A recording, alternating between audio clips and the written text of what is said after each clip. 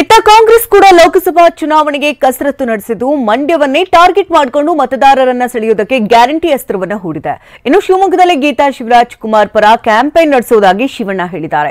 ಈ ಸುದ್ದಿಗಳನ್ನು ನೋಡೋಣ. ಕೈ ಕಸರತ್ತು ನ್ಯೂಸ್ ಟಾಪ್ 9 ನಲ್ಲಿ. ಹಳೆ ಮೈಸೂರು ಭಾಗದಲ್ಲಿ ಕಾಂಗ್ರೆಸ್ ಚುನಾವಣಾ ತಂತ್ರ ಹೆಣೆಯುತ್ತಿದೆ. ಯಾವುದೇ ಚುನಾವಣೆ ಇರಲಿ ಈ ಭಾಗದಲ್ಲಿ ಗೆದ್ದರೆ ಅದುವೇ ಭೀಮಬಲ ಅಂತ ನಂಬಲಾಗುತ್ತದೆ. ಇದೇ ಲೆಕ್ಕಾಚಾರದಲ್ಲಿ ಲೋಕಸಭಾ ಚುನಾವಣೆಗೂ ಕಾಂಗ್ರೆಸ್ ಹಳೆ ಮೈಸೂರು ಭಾಗವನ್ನೇ ಟಾರ್ಗೆಟ್ ಮಾಡಿದೆ. ಹಳೆ ಮೈಸೂರು ಭಾಗವಾದ ಮಂಡ್ಯ, ಚಾಮರಾಜನಗರದಲ್ಲಿ ಗ್ಯಾರಂಟಿ ಫಲಾನುಭವಿಗಳ ಸಮಾವೇಶ ಆಯೋಜನೆ ಮಾಡಲಾಗಿದೆ. ಕಳೆದ ವಿಧಾನಸಭಾ ಚುನಾವಣೆ ವೇಳೆ ನೀಡಿದ್ದ ಗ್ಯಾರಂಟಿ ಭರವಸೆಯಿಂದ 135 ಸ್ಥಾನದೊಂದಿಗೆ ಕಾಂಗ್ರೆಸ್ ಅಧಿಕಾರಕ್ಕೆ ಬಂದಿದೆ. ಇದೀಗ ಲೋಕಸಭಾ ಚುನಾವಣೆಗೂ ಗ್ಯಾರಂಟಿ ಅಸ್ತ್ರ ಬಳಸಲು ಕಾಂಗ್ರೆಸ್ ಮುಂದಾಗಿದೆ.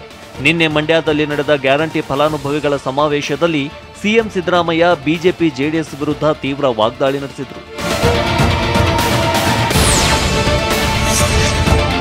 ನುಡಿದಂತೆ ನಡೆದವರನ್ನ ಬೆಂಬಲಿಸಿದ್ರೆ ಅಭಿವೃದ್ಧಿ ಆಗುತ್ತೆ, ಕೊಟ್ಟ ಮಾತಿನಂತೆ ನಡೆಯುವ. ನೀವು ಪೋಷಕರಾಗಲು ಕಾಯುತ್ತಿದ್ದೀರಾ? ಚಿಂತಿಸದಿರಿ. ಓಯಾಸಿಸ್ ಫರ್ಟಿಲಿಟಿ 90,000 ದಂಪತಿಗಳ ಜೀವನದಲ್ಲಿ ಸಂತೋಷವನ್ನು ತಂದಿದೆ. 7825893601ಗೆ ಕರೆ ಮಾಡಿ. ಅತ್ಯದ್ಭುತ ರಿಯಾಯಿತಿ ಪಡೆಯಿರಿ ಹಾಗೂ ಎಲ್ಲರಿಗೂ ಗುಡ್ ನ್ಯೂಸ್ ಕೊಡಿ. ಇವರನ್ನ ಬೆಂಬಲಿಸಬೇಕು ಅಂತ ಸಿಎಂ ಸಿದ್ದರಾಮಯ್ಯ ಹೇಳಿದ್ರು. ನಾವು ಪ್ರಮುಖವಾಗಿ 5 ಗ್ಯಾರಂಟಿಗಳನ್ನು ಕೊಟ್ಟಿದ್ದೆವು. ಅಧಿಕಾರಕ್ಕೆ ಬಂದ ತಕ್ಷಣವೇ ಅನುಷ್ಠಾನಗೊಳಿಸಿದ್ದೇವೆ. ಪ್ರತಿನಿತ್ಯ 50 ರಿಂದ 60 ಲಕ್ಷ ಮಹಿಳೆಯರು ಫ್ರೀ ಪ್ರಯಾಣ. ನಾನು ಈ ಹಿಂದೆ 7 ಕೆಜಿ ಅಕ್ಕಿ ಫ್ರೀಯಾಗಿ ಕೊಡುತ್ತಿದ್ದೆ ಅಂತ ಹೇಳಿದ್ರು. ಬಿಜೆಪಿ ಅಧಿಕಾರಕ್ಕೆ ಬರಬಾರದೆಂದು ಎಚ್.ಡಿ. ಕುಮಾರಸ್ವಾಮಿಗೆ ನಾವು ಅಧಿಕಾರ ಕೊಟ್ಟಿದ್ದೆವು. ಆದರೆ ಹೋಟೆಲ್ನಲ್ಲಿ ಕುಳಿತು ಅಧಿಕಾರ ಕಳೆದುಕೊಂಡ್ರು ಅಂತ ಎಚ್.ಡಿ.ಕೆ ವಿರುದ್ಧ ಸಿಎಂ ಸಿದ್ದರಾಮಯ್ಯ ಕಿಡಿಕಾರಿದ್ರು. ತಾಜ್ ವೆಸ್ಟ್ ಎಂಡ್ ಹೋಟೆಲ್ನಲ್ಲಿ ಕುಳಿತು ಅಧಿಕಾರ ಕಳೆದುಕೊಂಡ್ರು. ಆದರೆ ಈಗ ಸಮ್ಮಿಶ್ರ ಸರ್ಕಾರ ಕೆಡವಿದ್ದ ಯಡಿಯೂರಪ್ಪ ಜೊತೆ ಕೈಜೋಡಿಸಿದ್ದಾರೆ ಅಂತ ಸಿಎಂ ಸಿದ್ದರಾಮಯ್ಯ ಹೇಳಿದ್ದಾರೆ. ಮಾಜಿ ಸಿಎಂ ಎಚ್.ಡಿ.ಕೆ ಟ್ವೀಟ್ ಮೂಲಕ ಸಿಎಂಗೆ ತಿರುಗೇಟು ಕೊಟ್ಟಿದ್ದಾರೆ. ಮಂಡ್ಯ ಜಿಲ್ಲೆಯ ಗ್ಯಾರಂಟಿಗಳ 2ನೇ ಸಮಾವೇಶದಲ್ಲಿ ಅಲವತ್ತುಕೊಂಡ ಸಿಎಂ ಸಿದ್ದರಾಮಯ್ಯನವರೇ, ಕೊನೆಗೂ ಸತ್ಯ ನುಡಿದಿದ್ದೀರಿ. ಸುಳ್ಳು ರಾಮಯ್ಯ ಬಿರುದಾಂಕಿತರಾದ ನೀವು ಕೊನೆಗೂ ಸತ್ಯ ಕಕ್ಕಿದ್ದೀರಿ. ಸುಳ್ಳು ರಾಮಯ್ಯನೆಂಬ ಕುಖ್ಯಾತಿಯಿಂದ ಹೊರಬರಲು ಪ್ರಾಮಾಣಿಕ ಪ್ರಯತ್ನ ನಡೆಸಿದ್ದೀರಿ. ಅಭಿನಂದನೆಗಳು ಅಂತ ಟ್ವೀಟ್ ಮಾಡಿದ್ದಾರೆ.